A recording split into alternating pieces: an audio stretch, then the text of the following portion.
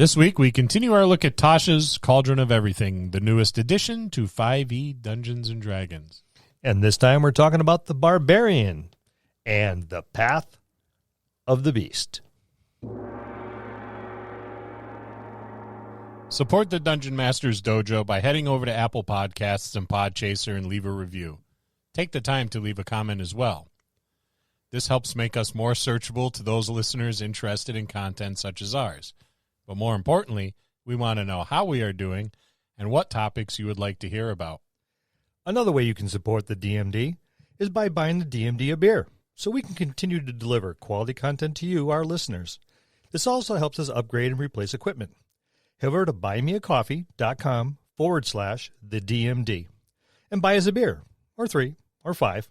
Don't forget to say something nice or mean. We don't care. You're buying us a beer. Now on to this week's episode.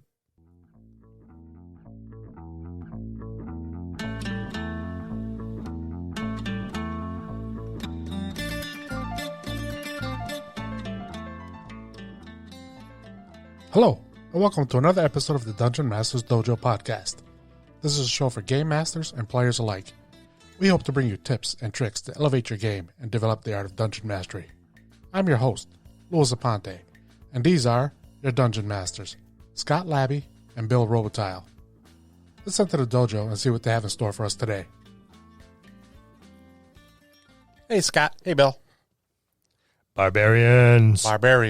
Yeah. Everyone loves the Barbarian. They're so cuddly. One of my favorites, ever since Unearthed Arcana 1982, the Barbarian. Yes. I've always been a big Conan the Barbarian fan. I just like wreaking havoc, so put something out in front to just damage everything and everyone, and I was happy. And we know that. I've seen you both play Barbarians. Love my Barbarian I character. love my Barbarian. Scary. We were talking about putting them side by side. That's scary. I would really feel sorry for whoever had to run that game because they're two completely different entities, and both of them are just absolutely devastating. But fortunately, Bill and I have painstakingly added a tremendous amount of continuity to our gaming world. We have. So it's every little detail's been mulled over. It's the D&DCU. Dungeons and Dragons Cinematic Universe at the table here in the basement, right? So you could very well see Yarrow and Cal in the same adventure. It'd be like seeing the Hulk and Thor together. Yes. Oh, yeah, there you go. Baby arms.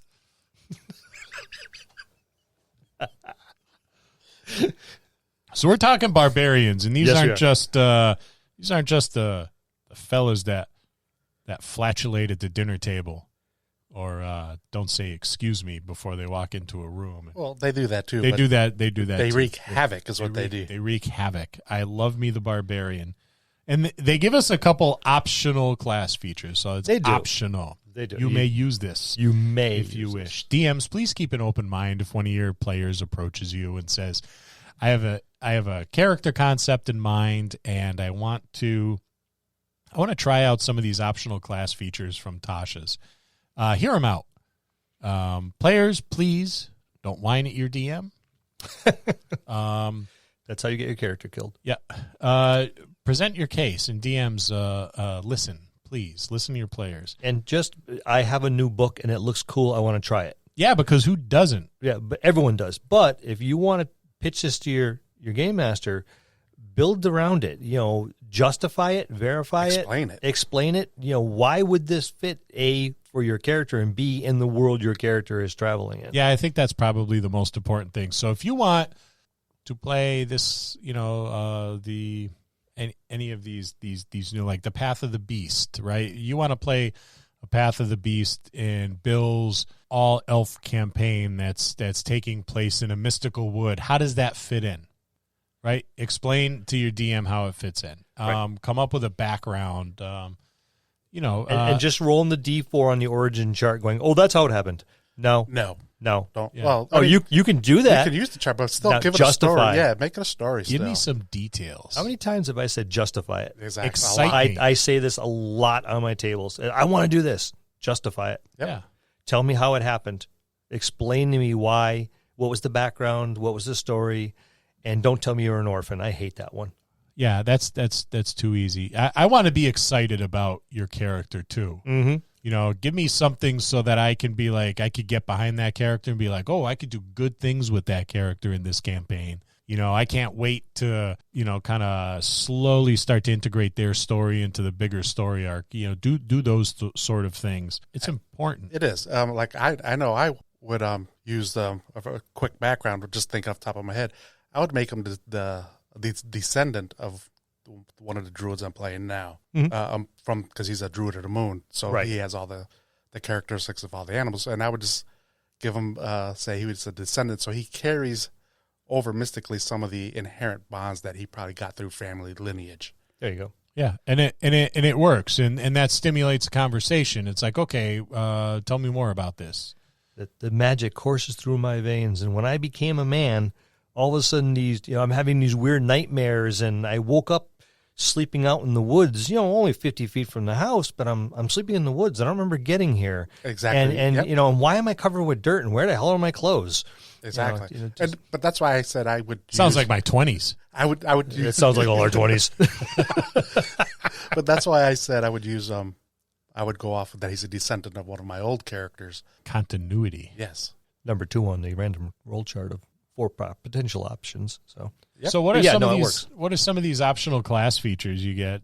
Well, you can start with primal knowledge. All right. So primal knowledge, when you reach 3rd, and again at 10th level, you gain proficiency in one skill of your choice from the list of skills available to the barbarian at 1st level. So you get basically getting extra skills. And in our world, especially at my tables, we have low magic. Skills and abilities are huge. Yeah. That's what we want you to describe. That's what we want you to be doing. Okay, I'm just going to go and smith this. No, that's not how you do it. I want to hear some descriptions. So skills for our tables is huge, and it should be for yours too, because not everything is I'm going to hit it with my sword. That is not what your heroes aren't always walking around swinging a sword. They're doing an awful lot of other things in between, and it could be months. So that's where skills come in. Downtime, you got to learn. Yep, you got to learn how to use your skills, use your downtime. There's a lot of role playing that could be done by just going through town. And what are you doing? I'm shopping for what? A birthday party. Well, I've done this one. I don't know if you were at the table. No, I've done this one. I ran a 3, maybe 4 week scenario, and all they were trying to do is just shop for a birthday party. But it became very entertaining. I'm sure it has. But like you said, when you're in town or when you have downtime, you could be mentoring somebody, teaching them skills, or you could be the mentoree and learning skills from somebody else. One of which will also gain you money too. Yeah. Yeah. But if it's from within your own party, that's another way to learn skills without having to make up a way to do it. Like, so if Yarrow had a skill I wanted to learn, hey, Yarrow, can you teach me that? It may take X sessions. Right. But at least, you're on the path to getting a new skill. Yep. And again, that's the justification I was talking about, where you're building it. So when I get to my next milestone or level, and I want to take a particular skill or a class, I've already justified it in the game because I've been studying under Yarrow. I've been doing this. I've been doing that. And okay, now it's easy. And it's a smooth transition in the game. It is, and it works. And then you get instinctive pounce. At 7th level. So as part of the bonus action you take to enter your rage, you can move up to half your speed. That's pretty good. That is a nice little feature there. So, and right underneath, can I just say? You're going to anyways. Yeah, I am. Thank you, Robert Pattinson, for being the model for that human barbarian of the beast. I mean, take a look. That looks like a young Robert Pattinson. The hair's even the same. He's right. I'm not even disputing it. Yeah. Yeah, so thank you for modeling for that particular piece of artwork. And do a good job with Batman. The whole world's watching. No pressure. So is Ben Affleck. Now let's talk about some primal paths. We get a couple primal paths. Today we're doing, what'd you say, Path of the Beast? Yes. Path of the Beast, yes. Path of the Beast. I kind of dig Path of the Beast. You know why? It reminds me of Bjorn from The Hobbit. Oh, yeah. I see him and maybe his entire people being, which I want to say Bjorn was the only one left at the time of The Hobbit, yes. But I see him being very much so like these Path of the Beast barbarians. So it's very fantastical. It's got kind of like an ancient old world, before the race of man entered into whatever your campaign setting is, kind of feel to it, So I'm So did these in that particular setting, all right, is it the Bjorn-like people, were they the predecessors and humans came from them as a degenerate gene? I'm going to say recessive gene, and humans spawn from that, as opposed to it being the other way around, where all of a sudden humans gain these abilities. No, the humans didn't gain ability; they lost their abilities. That's why they're human. That's exactly what one of my notes was. That had written on this. I said you would see more of these roving clans that have history, with lycanthropy. Maybe some were infected generations ago, and just some partially show up with some recessed genes that were shown up in their blood, in their anatomy. Yeah. I see it similarly. Like maybe there was an entire race of beings that were human-like in appearance. They were humanoid. They would probably pass for humans, but maybe be more like the. Do you remember the second edition Furbolgs? Yep. Yes. More like them. Go look those up if you're not familiar with them. They're just giant Viking people that live in the woods and have red hair, and they're kind of for the most part, yeah. They're a lot more badass than these fifth ed ones in appearance, anyway. But kind of like that, just a race of very large beings that could shapeshift into animals, bears and wolves, and then the race of man came along, and as we do, we just kind of moved into an area that other people were living in. And said, "Oh, it's mine now." And as is common, the other people who were living there were like, "No." And then there was like conflict, and eventually humans breed like rabbits. Yeah, they kind of went their own way. But as is common with conquerors, they stay, they intermingle, and now you're getting like this lineage in this. It's not so much humans. It's more of like a hybrid kind of species where there's some of these recessive genes, and some people have this, maybe what they call a gift of being able to partially transform, So these are the, like every family wants that one kid, it's like, oh, I heard Branagh, he turned into a wolf the other day.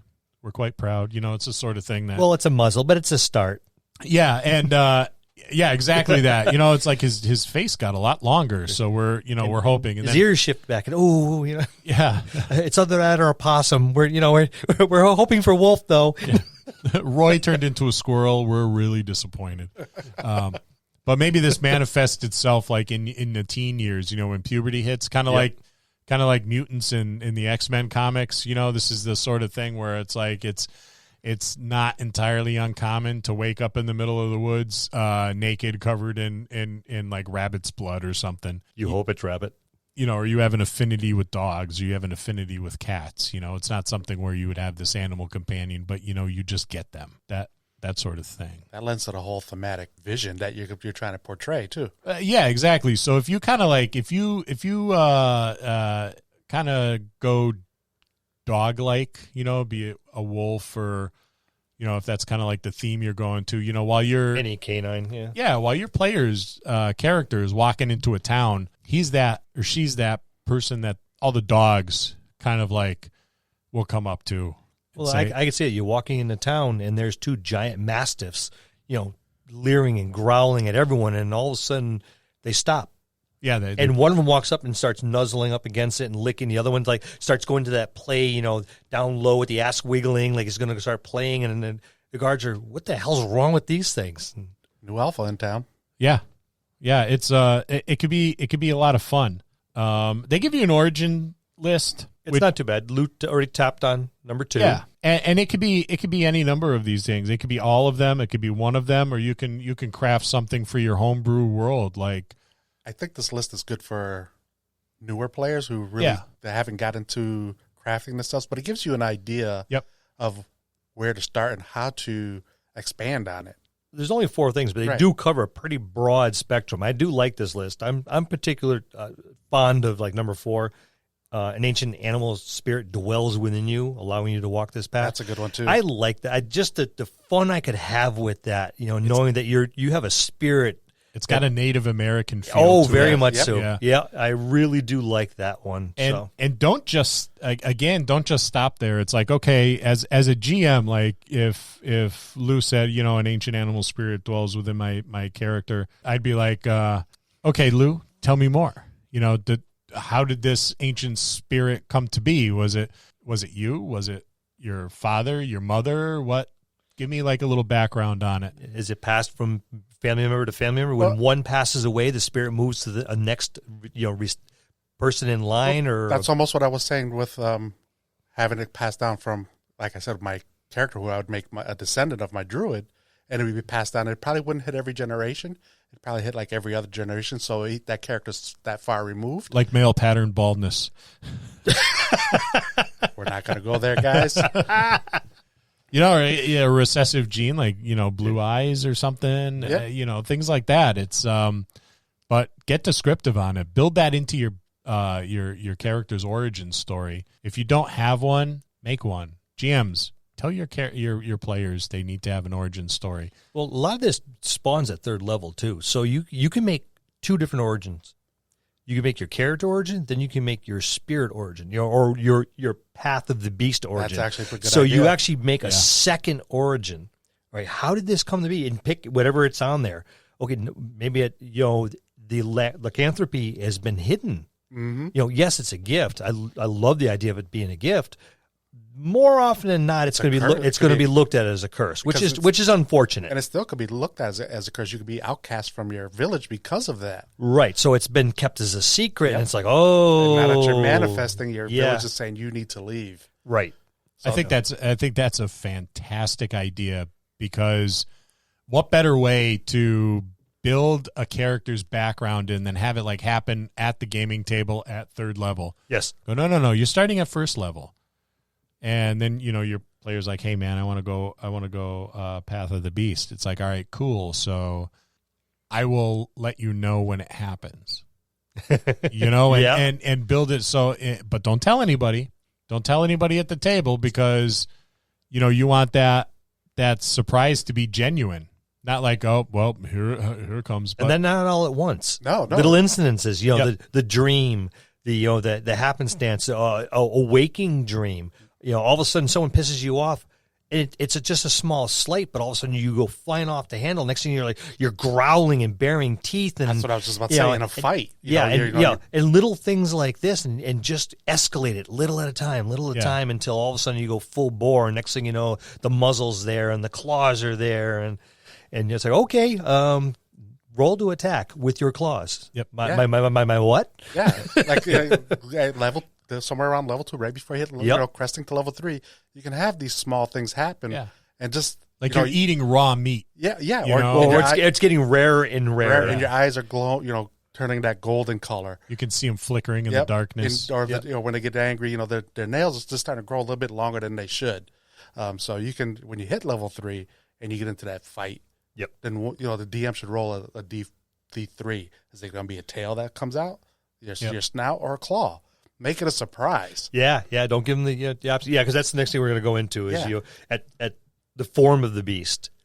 Right, so now you have a chance of picking up a very distinctive form from your animal, your spirit animal, your lycanthropy, or whatever. You need to learn how to control each form. Right. When you enter your rage, you transform, revealing the bestial power within you. That's awesome, especially like you said, if it's a surprise to the player as well. He's like, oh no, I want claws, I want claws.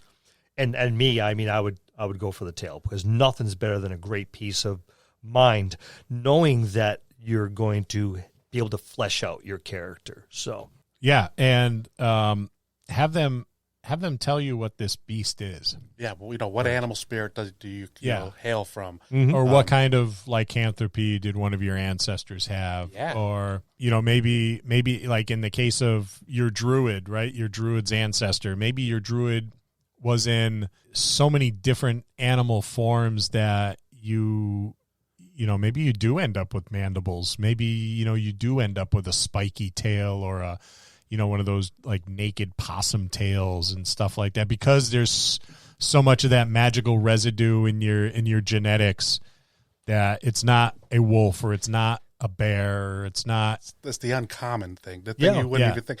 But that's the one thing I think I kind of what's the word I'm looking for? Where I kind of the tail. It's piercing. Why is it piercing? Most of your tails or attacks from animals in the monster manual are all bludgeoning, unless it's a piercing creature, which there's only a very few of them. Yep. Your scorpions and stuff like that. So I don't know why they just made it piercing. I would ask the GM if we can make that bludgeoning, depending on the type of. Because the damage doesn't have slashing. to change. Yeah, or slashing. Or slashing. Yeah. If it was bony or something like that, where it'd have maybe a snake-like tail that's scaly, so it would have it'd be able to bludgeon or slash if you caught just the tip. Right. So I would definitely kind of open that up. Yeah, the piercing does seem a little odd. I think that it needs a little bit of Hailing frequencies are open, Captain. Why? Thank you. Yep, Bill forgot to silence his phone. We all looked at each other like, "Oh, who's that?" I'm like, "Oh, that's mine." No, you're right. I think the spiny tail is great. Piercing damage, though, That's why I said, I think it should be, hopefully the DMs or the GMs will be open to interpretation to that, depending what kind of animal you are. And why not? It gives you blood. Piercing, I mean, don't get me wrong, piercing's fine, but how many animals really pierce? And that's what I was going with that. Yeah, and don't be afraid to reskin for the sake of the theme you're going with. It's thematic. Yeah, there's nothing wrong with reskinning. It's still that damage is that. Yeah, the damage is there. It doesn't matter how it's delivered. Right. We did that with Sin. Sin talked to me. He's his dragonborn sorcerer.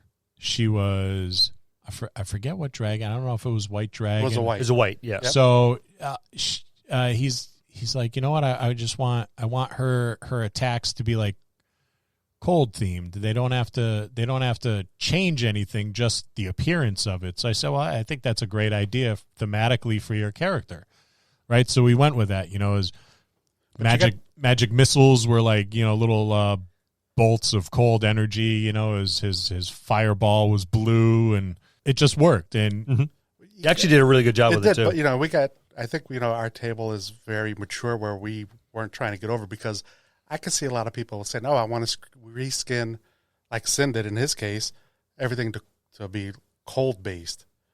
But I'm casting a fireball; it's going to be cold based. Now, what happens when you start running up against creatures that have fire resistance? Oh, I know fireball. No, you just said we're reskinning everything to ice, so it has to stay that. So you got to remember to keep that in mind as well, because you don't want to give them two different versions of a fire ice ball type thing going. That's really a tricky area. And like I said, we got lucky. Sin, he's not going to pull one over our eyes. You gotta tackle Sin out of his character, because once Sin, we drive up on Sunday in February and leave the following Saturday morning. So Sin throws his bags in the back of Lou's minivan, and we're off and meet everybody at the Ludlow rest stop. And at that point where the wheels on the minivan start moving again from the Ludlow rest stop, you could see Sin getting in character, and he stays that way for 7 days. At dinner, after we're done gaming, he's still Doriana Drakrax. Yes. Dragonborn sorcerer. Wakes up in the morning, nothing better than cold coffee. I mean, just everything that comes out of his mouth. He is deeply immersed in his character. So I never had an issue with. No, like I said, we wouldn't have with him. We have a very mature table, but like with that, just so everybody understands, when you start doing stuff like that, you got to make sure you have to, that they're not going to try to double dip, is what I'll call it. Yep. Because if I'm going to flavor all my spells to ice, that includes my fireball. Yep. So now it's really an ice ball. So when I know stuff is starting becoming resistant to fire, to cold, you can't swap it up. You can't switch. You can't switch back. You shouldn't be able to. Yeah, it just good call. Yeah, and like I said, you're right. We're fortunate where our table wouldn't want to do that. Right. No, we are. I think we seasoned players. Not just that, but we get into the thematics of our character at times. Yes, we try to stay with that. Yep. And any deviation will kind of throw us all off. It does. It also pisses off the continuity master. Yes, it does. It will come down upon you. And we don't want to hear you. But they do. They love that. They love that stuff, that immersion, and you look at Korik. Korik is immersed, like, deeply when he's playing. Oh, yeah. Yep. And No matter which character it is, yeah. yeah, But to get back on track, what we're trying to say is when you're playing this barbarian, immerse yourself in it and embrace it. Don't just play it. Yeah, don't just say, "Oh, I have a claw." Well, why do you, like we were saying, why do you have claws? Where did that come from? Don't just say, "Oh, I'm going to hit with my claw and I'm going to do this." Or I swipe with a tail. Well, what kind of tail is it? Yeah. What does it do? Is it, like we said, does it do bludgeoning damage, slashing, or piercing? Right. Let's go full bore with What it. do you look like? Yeah. Do you look like Robert Pattinson that needs a manicure? Sorry, Robert Pattinson, if you're listening, we apologize. That's pretty good. Normally it's Scott apologizing for us. Nice pickup there. Yeah. But even the bite, I mean, I'm going to bite him. I have big, sharp, pointy teeth. Okay, do you have a muzzle? Yeah. Is it elongated? Do you have a short snout? Is it long canines? Is it rows of teeth? There's a lot of critters out there that have a lot of different teeth styles. But speaking of that bite, let's talk about that bite for a minute. Yeah, that bite is interesting. It's a good bite. Well, it does a D8 damage. Yep. What I do like about it is when you're below 50% of your hit points. You got to remember, you only use these when you go into rage too, I believe. Yes, you have to be in a rage. So let's make that clear. But if you're under 50% of your hit points, you gain hit points equal back to your proficiency bonus. So, Yeah. how do you play that? I'm taking a bite out of them. I'm eating it. Not really, but that's how I would play because I'm taking his life essence in the side now. Right. Yeah. Or it's the blood. Blood, The blood does it. So you get maybe it's a blood rage. Yeah. Yeah, the blood fuels the rage. Yep. Good opportunities for role playing and storytelling. Don't miss those opportunities. Yeah, just the form of the beast. We haven't even gotten to the 6th level of bestial soul. Just these 3 here, between your bite, claw, and your tail. There is so many opportunities here. And remember, you can only pick one of these when you're going into rage. You can't get 2. You can't get 3. It's 1. So at They least saw you guys coming when they wrote this. Yeah, and it's each time you rage, you can change it up. Yeah. Unless, of course, you as your character, then nope, I'm sticking with the tail. Yeah. That's it, just the tail. I would roll random on like a D6. Yeah, each time. Yeah, just because it makes it more interesting. It's like, okay, I don't have control. I would do that probably for like the first, let's say, 5-6 levels. After that, maybe you gained a little control over that. Yeah, where you can. Yeah, it's like getting. You went to upstate New York to Professor X, and he taught you how to control your mutant barbarian ability. Well, that makes a lot of sense. It makes a lot of sense. You shouldn't have control right in the beginning. Yep. Like we said, you're getting these abilities at 3rd level. Surprise! Here you're in a fight. You got a muzzle or a claw or tail, whatever. But you shouldn't know what you have off the top of your head without really role playing into it. And I really like the idea of the random roll every time you rage. I do too. That's actually a good call. I like that one. And again, guys, these are just our thoughts on this. You can flavor this however you want, but these are just ideas for you to use. Yeah, I might even throw a 4th one in there. You probably could. A heavy, hide or a heavy fur to give you an AC bonus. Yep. And build that in instead. Yeah, got to remember, these are just frameworks, and as a DM, you can homebrew this a little bit, flavor it up a little bit. Mm-hmm. Yeah, do whatever you want. It's your game. That's the beauty of it. It's all about what you and your players are looking for out of the game. So let's go a little more in depth in the claws. All right, each of your hands transforms into a claw, which you can use as a weapon if it's empty. It deals 1d6 slashing damage on a hit once each of your turns when you attack with the claw using the attack action. You can make one additional claw attack as part of the same action. That's pretty cool. So that's, kind of like a, quick little 1-2. Yep. That's nice. That's nice. That is a little bit like your monk who gets your open hand attack. Exactly. That little D4 bonus. Usually using a weapon as a D8 and then a D4. Here you got 2D6. It comes out to about the same numbers. It does, but now I feel the monk got cheaped a little bit. Now that you say that, I was like, oh my God, I didn't realize that. And I can't wait until we talk about the monk because there's a lot of stuff. There is. There's a lot, yeah. But I want to go to like the feats. Oh, because yes. In reading the feats, I was like, what would, there was something that popped into my mind when I was reading the clawed attacks. Was it dual wielder? I don't know if dual wielder would have practical application for the clawed attack. It would if you were getting a bonus action, because then you can get another additional attack in. Yeah, so yes, it would. So that'd be a nice feat to take. Slasher. Oh, yep. Would be great, because you go with something like this, it'd be like I'd almost be reluctant to use any weapons. Yeah. I would want to just be very bestial in that. But the slasher, I think, would work well. And there is another one. What are you thinking, Lou? Oh, no, that wasn't a fighter subclass I was thinking about. Oh, maybe. I thought there was another one. I was playing around with D&D Beyond the other night, and I thought there was another, like a pugilist or something. That's a fighter, though, isn't it? Yes. Yeah, but I think you're thinking about there's one in the fighter class that I was thinking about as well. That I think, again, cheapens the monk. Oh, absolutely. I know exactly which one you're talking about. Yeah, it does. And that kind of sucks. Well, we'll go over the monk in a little while, and we'll see if they did enough justice to the monk to... It was unarmed fighting.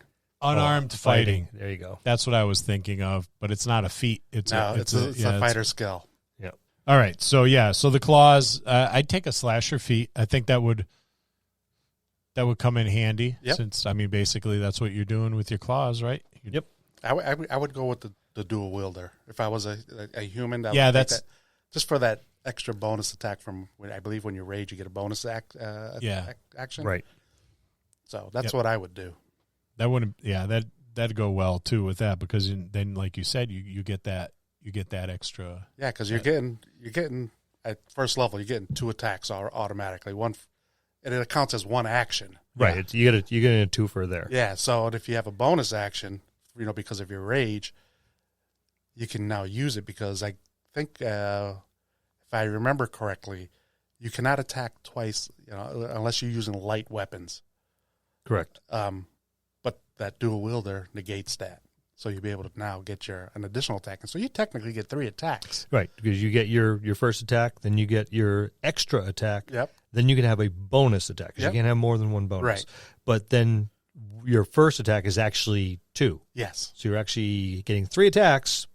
Not bad. Not bad. Again, that's just how we interpret it. You guys can flavor this however you like. Fuzzy monk. Yep. I like that fuzzy monk. Then the tail. You grow a lashing, spiny tail, which deals a D8 piercing damage on a hit and has a reach property. So reach property is actually pretty good. If a creature you can see within 10 feet of you hits you with an attack roll, you can use your reaction to swipe your tail and roll a D8, applying the bonus to your AC equal to the number rolled, potentially causing the attack to miss you. It's kind of like the cat, changing direction in midair. It's kind of like Nightcrawler. Yeah. Yeah, it is. So it's like, tail, lashes out to one direction, and it throws your center of gravity off to help you dodge. Or it just hits, like if it's a weapon, it just moves the weapon out of the way ever so slightly. Yep. How you got to flavor that up too. You just can't say, "Oh, it missed me." Yeah. Well, especially if you start deciding to, we've already talked about, we could do bludgeoning or slashing as opposed to piercing. All right. So is it prehensile? That's another good thing to a point. too. So did it not necessarily that you can hang upside down by your tail, but is it enough to also lash out, grab a chair, and interpose a chair? That's actually in the way of the weapon, or small devices like that, or maybe just enough to reach out and grab their ankle, and not enough to take them down, but enough to ruin their balance. Well, I like what you said about the chair, because you can move that chair in front of you, give you like partial cover. Maybe that's why they missed you. They're not getting a disadvantage. Yeah. They're not getting that, but there's your reason for why. It's an obstacle. Yes. That they're having to get around.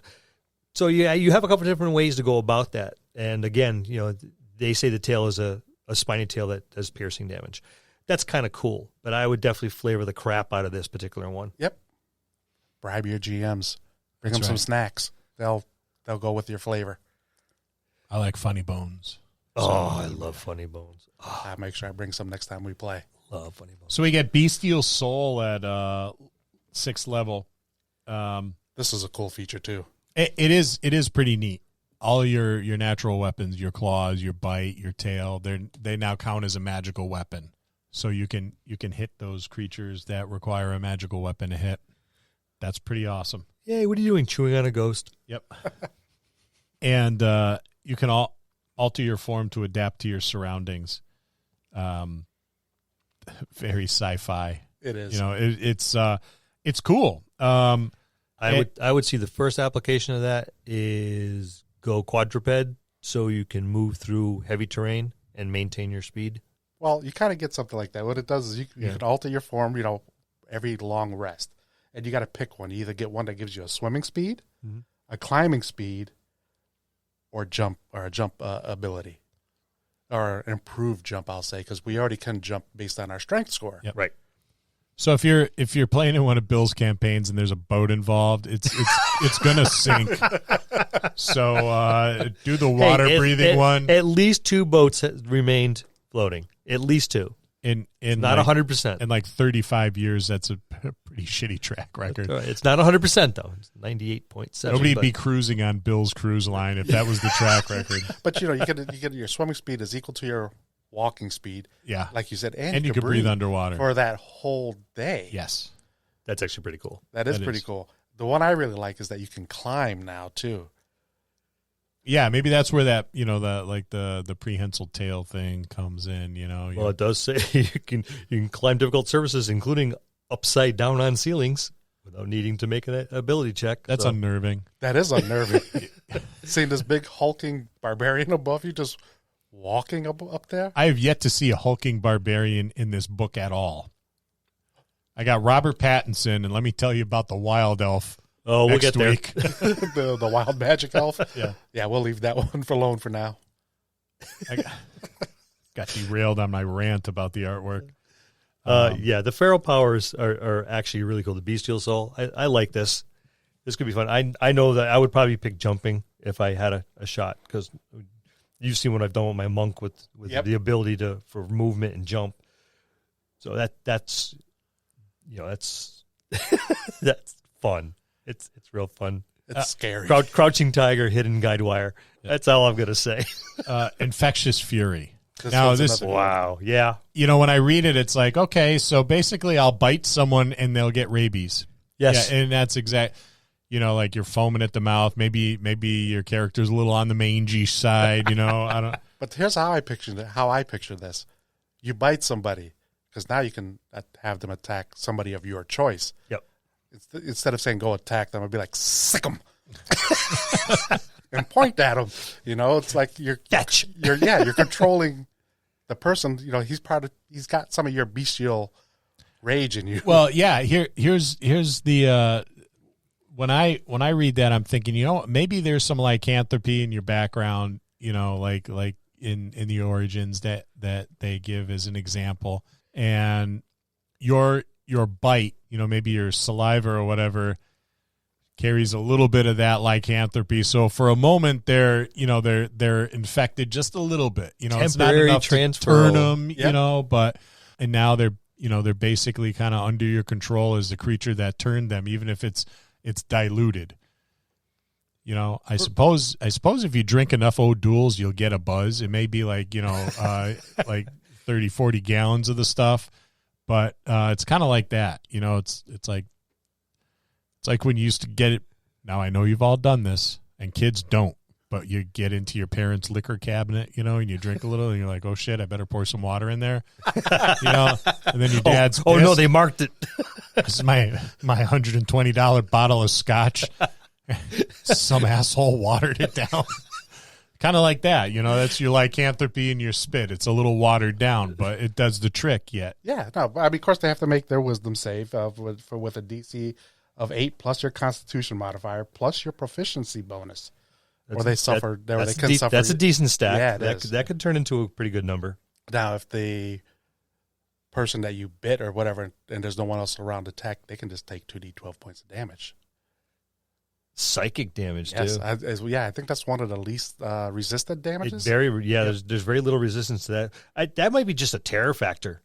I would say so. This dude just ran up and bit me and took a chunk out of me. That's scary ass shit. See, going back a little bit, how I see this is like it's kind of leading to what Scott was saying, I bite somebody. So a little bit of me just went into my animal instincts, just went into this bad person or, the villain.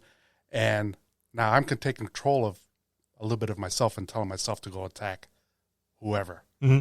Of course, I would send it after the big bad if the big bad's around or whoever the leader is at the time. Yeah, or it falls right in with, maybe it's not even conscious. Maybe it falls within that psychic damage where it's like, okay, I'm focused. I didn't even think of that. Yeah, on this opponent. So this person that I just infected is now going after what my focus is. Yep, that's perfect. And 2d12 is I'm number one. First, I want to say thank you for finding a way to use the d12. Yes. 2d12s, that's not shabby damage. No, that's there's a good range there. Imagine on a crit roll where you now you're rolling 4. Yep. Yeah, that's there could be a whole big world of ouchie right there. And you can use this feature a number of times equal to your proficiency bonus, and you retain all expended uses when you finish a long rest. So that's pretty cool. And most proficiency bonuses, you're looking at this level, probably at least a +3, probably closer to a +4. Yeah. Yeah, I think it's close to a +4. That's a good amount of uses. It is. Call the Hunt. I think this is my favorite one of all. It's pretty sick. Well, I think it's because of the size of our table at times. This is why this one really, like when we had our Mondays, we had anywhere from minimum of 6 up to 10 people. Sometimes 12, big ones. But the average Monday night table ranged between 8 and 10. Yes. Or when the whole guild gets together, when we used to back when the world was open, that every 6th week there'd be anywhere from 12 to 16 people in the basement. And this is huge for when you have a group this size. Yeah. Yeah. I would have it says the beast within you grows so powerful that you can spread its ferocity to others and gain resilience from them joining your hunt. I would have to insist that everyone howls together. Exactly. You can see it's written all over his face. The player character either howls or lets out a roar, and then the entire group in unison is just kind of answers fortified. Where it's like this pack roar. Or howl, growl, whatever. Like when a pack of wolves is on the hunt. Just this chilling kind of unnerving experience. Where I'd be like, oh shit, it's getting real. Yeah, I'd make the opponents make a successful morale roll. Now, yeah, I would. That's another episode. I would pull morale from the archives. From the D&D archives and go, this is a situation where if I had a bunch of bandits set upon the party and one of the party goes into a rage and howls and grows claws or a muzzle, and then the rest of the party answers with their own howl or roar, it's all right, it's time for especially a morale if they all get down on one knuckle goes to the ground, almost like the 3-point stance from a bunch of linebackers, and they're all growling at you. Well, continue reading on so people can understand why this can be so flavorful. So when you enter your rage, you can choose a number of other willing creatures you can see within 30 feet of you equal to your Constitution modifier, minimum of 1 creature. You gain 5 temporary hit points for each creature that accepts this feature. So if your table's got 7 players and 6 of them are giving you each 5 hit points, that's 30 hit points. That's a lot. Well, hang on. A number of people within 30 feet equal to your Constitution modifier. So you can't, at least in a barbarian, I think if depending what 4, beats or whatever, they can have 5. 4 or 5. Well, yeah. Well, let's stop right there. When you hit 20th level, your capstone, you can get your Constitution up to 24. Yeah. So think about that. So think about where your con mod is then. +6, 7? It'd be +7 or 8. 7 or 8, yeah. So, now you're talking big. But, I mean, still, even at lower levels, that's still 3 or 4. Yep. There's 20 extra temporary hit points. 20 points is 3 hit dice. Yep. Plus. Yeah, and that's on top of all the other stuff that a barbarian gets during the rage. When, like, next to nothing bothers you, and it's all at half, and you can go below 0, and and there's more. Oh, but wait, there's more. Until the rage ends, the chosen creature can each use the following benefits once on each of their turns. When the creature hits a target with an attack roll and deals damage to it, the creature can roll a d6 and gain a bonus to the damage equal to the number rolled. So that means everybody that's got Scott chose can now gets another D6 on their die. Yeah, every time they hit. Yep. So on average, let's say you got 5. That's up to a maximum of 30 points a round. Yes. That's a lot of damage. Especially if against the big bad. That's a lot of damage that's hurt, Yeah, because you can use this feature a number of times equal to your proficiency score. Yep. So you can take out all of the big bad's minions and then maybe have, another go around, for the big bad. And those little D6s, they add up fast. Not only that, if the barbarian's biting, if he ever goes under half, he's getting health back. Yes. At that level, he's getting 4 hit points at least back. Every round, every time he bites. Barbarians are tanky to begin with, but this like kind of takes it up to the next level of tankiness. It's pretty sick. I like it. Yeah. I would definitely well, not that I'll get an opportunity to play, but well, if it makes you feel any better, I'll do this with the barbarian that I'll build, and you can see how it's done. It doesn't really make me feel any better. Oh, it makes me feel better. Yeah, I know. I will run a game just for Scott. Oh, you're right. You will. I would put this character in. We talked, I don't know when, but we talked about like a campaign set in a fantasy. I think we were talking about the Warlock or the Paladin when we were doing that. We were talking about a campaign in a fantasy woodland. I think that was the Warlock. I think it was the Warlock as well. It was like maybe an Oath of Ancient Paladin, and then was it Fey Pact Warlock? Yes. I would think this Primal Path would fit nicely into a campaign that took place in a massive old fantasy like forest, because it would be something where he'd be at home at number 1. He would be at, or she would be at home. But no matter what your origin you decided on, whether there's lycanthropy in your line, it's like, okay, maybe I had a relative that was a lycanthrope.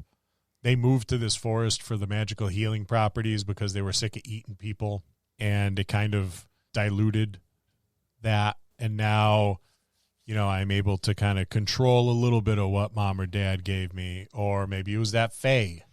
Well, one of the origin is you're gifted to, by the Fae. So this could be you feel drawn to it, almost like a homing instinct. And this is where that Fae origin came from.